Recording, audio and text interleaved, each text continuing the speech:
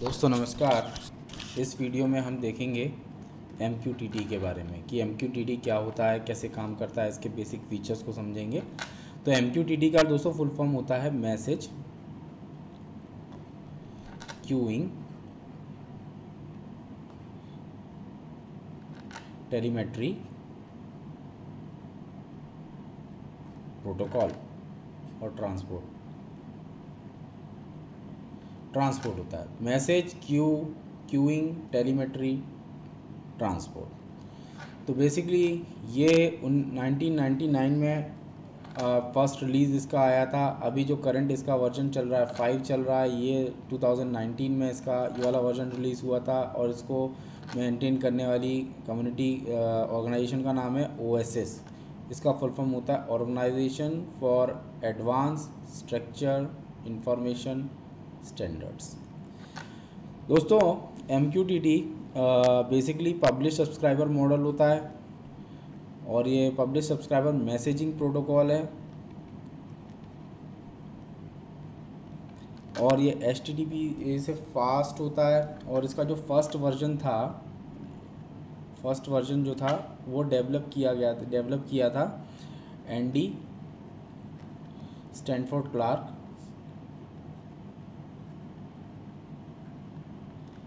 ये IBM के थे यह हैं और दूसरे थे आर्लेन नाइपर। इन लोगों ने इसको किया था। तो ये 1999 जैसा मैंने बताया कि ये जब आया था 1999 में फर्स्ट रिलीज़ इसका हुआ था। ये बाइनरी बाइट्स है। इसमें ये टेक्स्ट स्ट्रिंग को नहीं भेजता, ये बाइनरी बाइट्स के फॉर्म में काम करता है, नॉट टेक्स्ट स्ट्रिंग। इस तरह का प्रोटोकॉल नहीं है, टेक्स्ट स्ट्रिंग में ये काम नहीं करता है, ये बाइनरी बाइट्स में ही काम करेगा। और ये बेसिकली फास्टर होता है HTTP के कंपैरिजन में, बिकॉज MQTT मैसेज जो होते हैं वो छोटे से छोटा हो सकता है, मतलब they can go for 2 bytes. MQTT का जो मैसेज साइज होता है स्मॉल एस 2 बाइट्स तक, इतना छोटा भी हो सकता है। तो कंपैरेटिवली ये फास्ट होता है HTTP के। और इसके साथ इसमें एक और अच्छी चीज़ होती है जिसको कहते हैं कि ये ऑटो डिस्ट्रीब्यूशन स्कीम को यूज़ करता है, क्योंकि ये पब्लिश सब्सक्राइबर मॉडल है। इसके बारे में हमने ऑलरेडी कम्युनिकेशन इसमें ही IoT की प्लेलिस्ट में ही आपको वीडियो मिल जाएगा पब्लिश सब्सक्राइबर मॉडल का। तो जब आप उसको देखेंगे तो आपको अच्छे समझ में आ जाएगा, क्योंकि और जो भी सब्सक्राइबर हैं उनको ये डिस्ट्रीब्यूट टू इंटरेस्टेड क्लाइंट, जो भी क्लाइंट इससे जुड़े हुए हैं उनको ये ऑटोमेटिकली इंफॉर्मेशन उनको भेज देता है। ऑटो डिस्ट्रीब्यूशन फीचर होता है। इसके बेसिक कंपोनेंट क्या क्या होते हैं? इसके बेसिक कंपोनेंट होता है ब्रोकर क्या होता है? ये सर्वर होता है, ये उन क्लाइंट्स को इन्फॉर्मेशन या मैसेज उनके साथ कम्युनिकेट करता है जो उस पर्टिकुलर टॉपिक से एसोसिएटेड होते हैं या वो सब्सक्राइबर्स होते हैं, उनके साथ ये कम्युनिकेट करता है। क्लाइंट क्या होता है? वो डिवाइसेस जो आपके सर्वर के साथ या ब्रोकर के साथ कनेक्ट हैं, that are connected to broker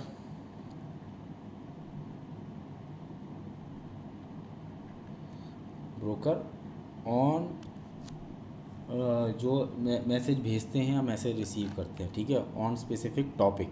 अब टॉपिक क्या होता है? टॉपिक होता है मैसेज। जैसे मैं टॉपिक को आप क्या कर सकते हैं? पब्लिश कर सकते हैं, सब्सक्राइब कर सकते हैं, और किसी भी टॉपिक को आप के साथ दोनों भी कर सकते हैं, पब्लिश भी कर सकते हैं, सब्सक्राइब भी कर सकते हैं। तो और इस तरह से हो गया हमारा टॉपिक। उसके बाद सब्सक्राइबर क्या होते हैं? Subscribers are basically clients on specific topics. कुछ स्पेसिफिक टॉपिक्स पे जो जिन लोगों ने सब्सक्राइब करा, जैसे यूट्यूब चैनल है, अब आप उसको सब्सक्राइब करेंगे तो आपको ऐसा नहीं कि सारे के सारे चैनलों की इन्फॉर्मेशन मिलेगी। जो चैनल आपने सब्सक्राइब कर रखे हैं उनके लिए आप क्लाइंट हो गए और वो आपको इन्फॉर्मेशन मिल जाएगी। इसी के साथ इसमें एक और चीज़ होती है जो बड़ी इंटरेस्टिंग होती है, जिसको बोलते हैं QoS। QoS में क्या होता है कि हर कनेक्शन कैन बी स्पेसिफिक हो सकता है ज़ीरो। तो इसका इस तरह से मैं आपको बताता हूँ, एक बार लिख देता हूँ जिससे कि आपको सब समझ में आ जाएगा। Each connection can specify QoS to broker by integer value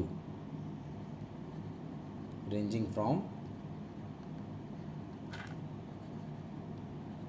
0 से 2। तो ये रहता है इसका, ठीक है। और ज़ीरो का मतलब क्या होता है? ज़ीरो का मतलब होता है वंस एंड ओनली वंस।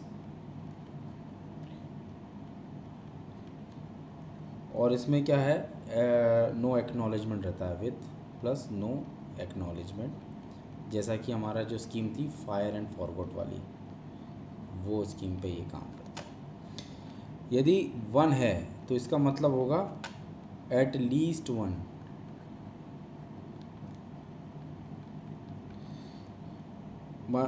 इसमें क्या होता है, message is send multiple times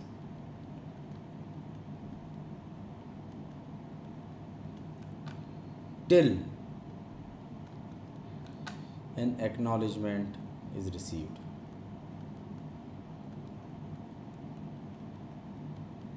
एक बार एक्नॉलेजमेंट करना है, ज़रूरी है।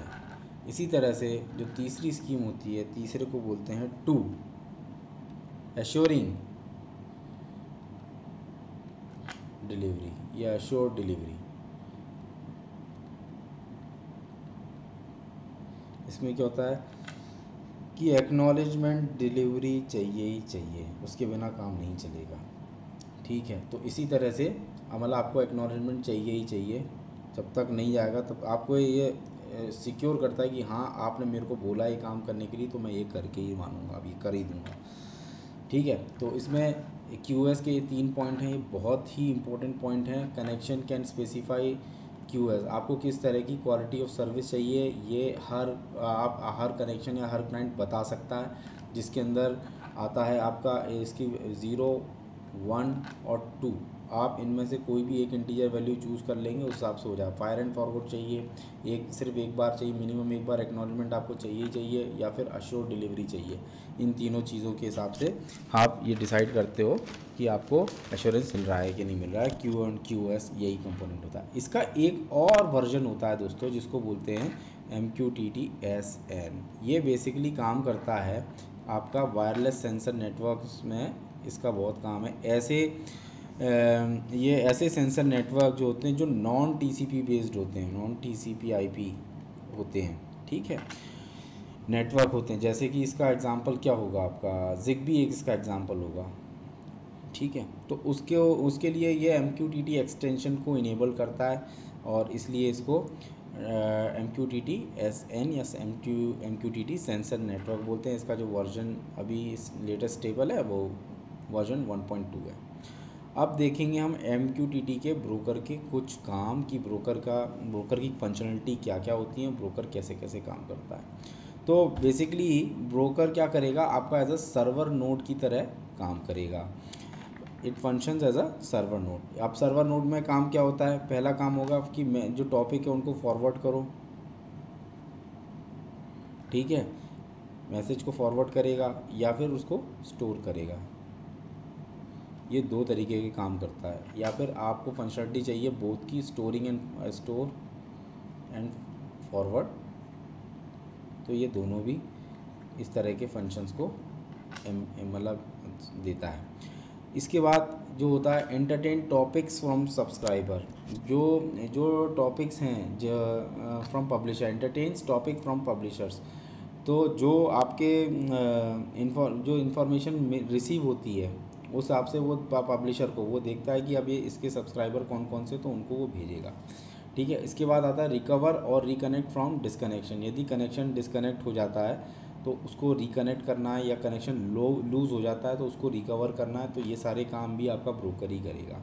ऑथेंटिकेशन बहुत ज़रूरी है कि मैं सही जगह इन्फॉर्मेशन भेज रहा हूँ, सही सब्सक्राइबर को इन्फॉर्मेशन भेज रहे हैं कि नहीं भेज रहा है। ये लास्ट मैसेज रिसीव्ड जो होता है, इसका ये बहुत ही क्रिटिकल काम है। ये क्या करेगा, इसको उसको क्या करेगा, कीप इट अलाइव। इसका मतलब होगा कि जो लास्ट मैसेज रिसीव हुआ उसको सीधे उसको डिलीट नहीं कर देना, उसको एक टेम्परेरी समय तक उसको रोकना है। कहीं वो इन्फॉर्मेशन रिटेन कर ली गई या पूछ लिया गया, सब्सक्राइबर के पास वो इन्फॉर्मेशन होनी चाहिए कि उसको अब रखता है अपने पास कुछ समय के लिए टेम्परेरीली। ठीक है, की message till disconnection same thing है। तो ये सारे जो काम होते हैं ये आपके MQTT ब्रोकर के काम होते हैं। इसी के साथ कुछ और चीज़ें पूछी जाती हैं, जैसे कि इसमें बोला जाता है कि है ना कि इसका पोर्ट कौन सा होता है ना, पोर्ट कौन सा यूज़ करता है। तो पोर्ट देखने के लिए दोस्तों, पोर्ट होता है इसका स्टैंडर्ड है वो है 1883, ये इसका स्टैंडर्ड वो होता है। इसके बाद ये भी पूछा जाता है कि MQTT के लिए उनको can it work without broker, without broker उसके बिना काम कर जाएगा। तो इसका आंसर है नो, नहीं कर सकता, वो चाहिए ही चाहिए। अच्छा, ये कौन से प्रोटोकॉल को यूज़ करता है, प्रोटोकॉल्स फॉर MQTT क्या हो सकता है, ये बेसिकली काम करता है TCP/IP पे। ये प्रोटोकॉल होता है जो इसका स्टैंडर्ड वर्जन जो यूज़ करते हैं वो TCP/IP को ही यूज़ कर सकता है। और तो इस तरह से ही पूछा जाता है कि यदि ये मल्टीपल क्लाइंट पब्लिश करेंगे एक ही साथ में, क्या मल्टीपल क्लाइंट जो है इंफॉर्मेशन किसी पब्लिश कर सकते हैं। तो इसका आंसर है yes, multiple clients can publish the same topic can be published by multiple clients. ठीक है जी। इसी तरह से होता है कि मैसेज जो स्टोर्ड होते हैं, क्या ब्रोकर में मैसेज स्टोर होते हैं कि नहीं होते, do broker store the message. इसका आंसर है yes, but for short time, मतलब परमानेंट स्टोर नहीं करेगा, थोड़े समय के लिए स्टोर करता है। इसी के साथ एक और सवाल होता है कि यदि मैसेज जो पब्लिश हुआ है टॉपिक के लिए, उसके पास कोई सब्सक्राइबर नहीं है, मैसेज पब्लिश हुआ, मैसेज पब्लिश्ड बट कोई सब्सक्राइबर नहीं है, तो उस केस में क्या होगा,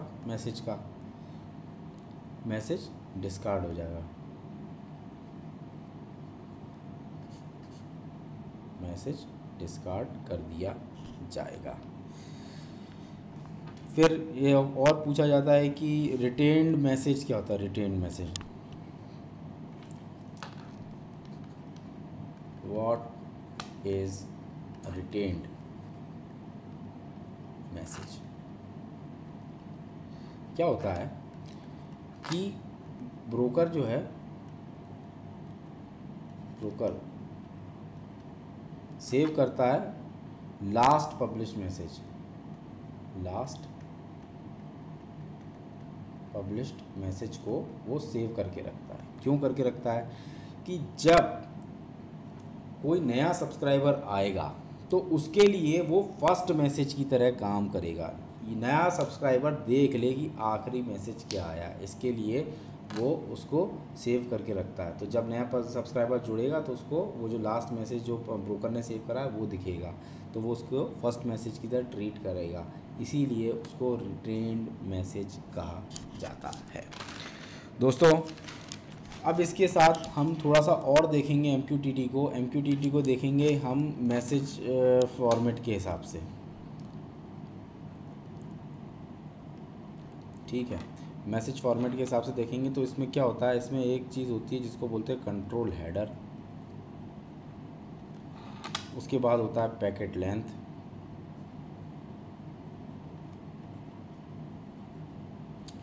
ठीक है। इसके बाद होता है आपका हेडर, फिर से ये वेरिएबल हेडर है, ठीक है। और इसके बाद होता है पेलोड। ये सारी चीज़ें होती हैं इसके मैसेज फॉर्मेट में।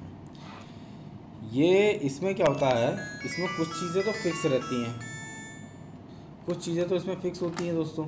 जैसे कि ये वाला जो कंपोनेंट है, मैसेज में कुछ हो चाहे नहीं हो, ये चीज़ तो फिक्स्ड है, ये रहेगी रहेगी। ये और ये वेरी करते हैं, क्योंकि ये तो सीधे सीधे डेटा है, ये वेरी करेगा कि कितना है कितना नहीं है। और ये वेरिएबल हेडर ये डिपेंड करेगा कि मैसेज टाइप क्या है, उसके ऊपर ये उस वैल्यू पे ये डिपेंड करता है। तो दोस्तों इसमें जो आपके जो बेसिक मैसेज बनते हैं, जो फॉर्मेट होते हैं, इसके हिसाब से जो वो बनेगा, एक तो होगा ये फिक्स हेडर, एक तो फिक्स्ड प्लस फिक्स्ड अकेला होगा। तो फिक्स्ड में क्या होगा, आपकी कंट्रोल एरिया, कंट्रोल फील्ड आ जाएगी और पैकेट लेंथ आ जाएगी। तो जैसे इसका एक एग्जांपल होगा कनेक्शन एक्नॉलेजमेंट, ये इसका एक एग्जांपल है। दूसरा एग्जांपल अपन देखेंगे फिक्स्ड प्लस वेरिएबल हेडर, इसका एग्जांपल हो जाएगा पब्लिकेशन एक्नॉलेजमेंट का। जैसे कि पब्लिकेशन कितना बड़ा है, कब आ रहा है, कैसा है, तो उस केस में ये इसका एग्जांपल माना जाएगा। तीसरा होता है जिसमें सब कुछ होता है, ठीक है, जिसमें आपका फिक्स्ड भी होगा, वेरिएबल भी होगा, प्लस आपका पेलोड भी होगा। तो ये आपका इसको बोल सकते, इसका एग्जांपल मान लेंगे क्या, कनेक्ट मान लेते हैं, कनेक्ट इज़ वन एग्जांपल। अब इसमें मैसेज टाइप भी है, मैसेज की कंट्रोल फील्ड भी है, पैकेट की लेंथ भी है और डेटा भी साथ ही साथ में हमको मिल रहा है। तो ये हो गया इसका एक जनरल डिस्क्रिप्शन। अब हम थोड़ा सा एक्सप्लोर करेंगे फिक्स्ड हेडर वाले कंपोनेंट को। ये जो है, ये वाला जो कंपोनेंट है ना, इसको अपन थोड़ा सा एक्सप्लोर करते हैं, ठीक है। इसका साइज़ होता है 1 बाइट और इसका ये है 1 to 4 बाइट का, ठीक है। लेकिन ये फिक्स्ड है, ये आएगा ही आएगा। अब 1 बाइट का आएगा या 4 बाइट का आएगा, डिपेंड करेगा, बट वो रहेगा ही रहेगा। तो जो फिक्स्ड हेडर था, इसमें दो कंपोनेंट होते हैं। पहला होता है आपका कंट्रोल फील्ड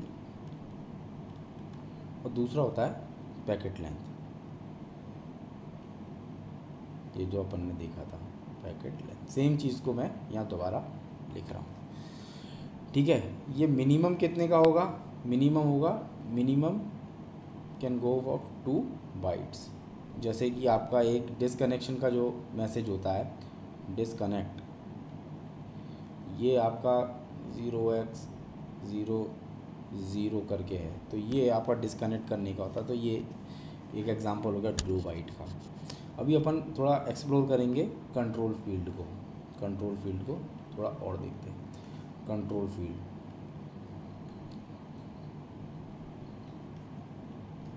इसमें क्या होता है, इसमें आता है आपका पैकेट टाइप,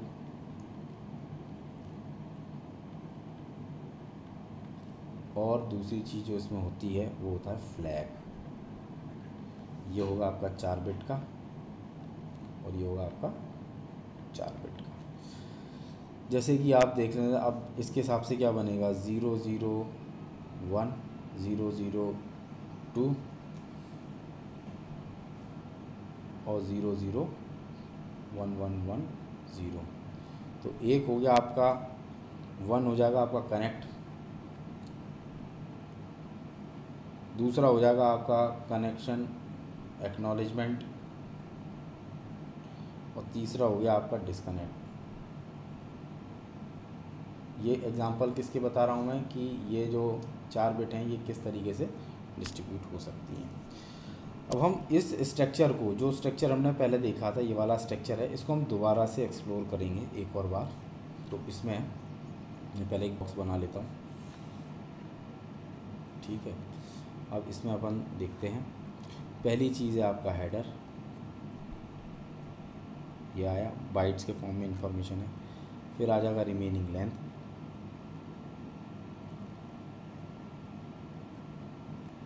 ये आ गया रिमेनिंग लेंथ। इसके बाद आपका आ गया लेंथ ऑफ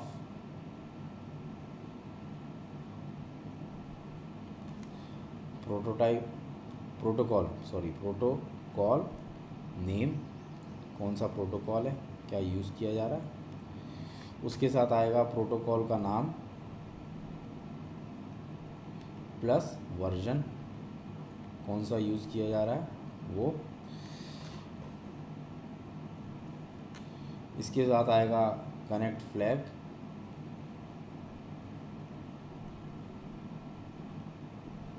इसके साथ आएगा आपका कि आपको मैसेज अलाइव रखना है कि नहीं रखना, कीप अलाइव का ऑप्शन। उसके बाद जो आएगा वो आपका बेसिकली पेलोड लेंथ है, ये कितने भी बाइट्स की हो सकती है, इस तरीके से चलता है। इसमें ये चीज़ है बड़ी देखने वाली, इसमें बहुत सारे कंपोनेंट्स होते हैं, है ना। जैसे कि इसमें आएगा आपका यूज़र नेम, ये पहले जैसे इसको ऐसे लिख लेते हैं 0 1 2 3 4 5 6 एंड 7, ठीक है। अब इसमें पहली चीज़ जो होती है, पहला है आपका ये रहेगा, ये वाली बिट रहती है रिजर्व। बिट नंबर 2 जो होती है वो होती clean session.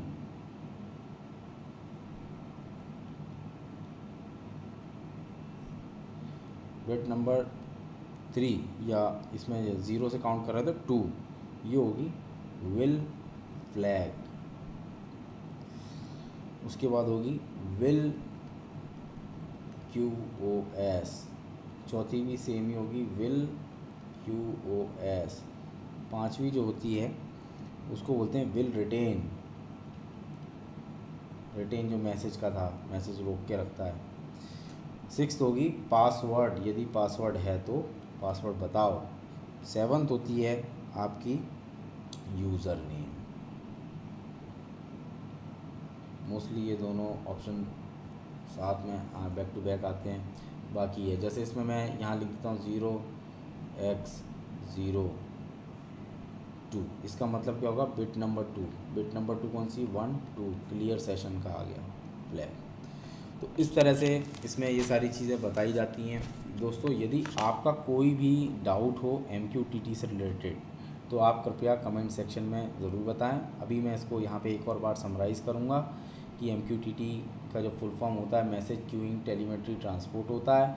Andy star Clark और आर्लन नाइपर ने इसको 1999 में फर्स्ट वर्जन रिलीज़ किया था। अभी इसका जो करंट स्टेबल वर्जन है वो 5 है।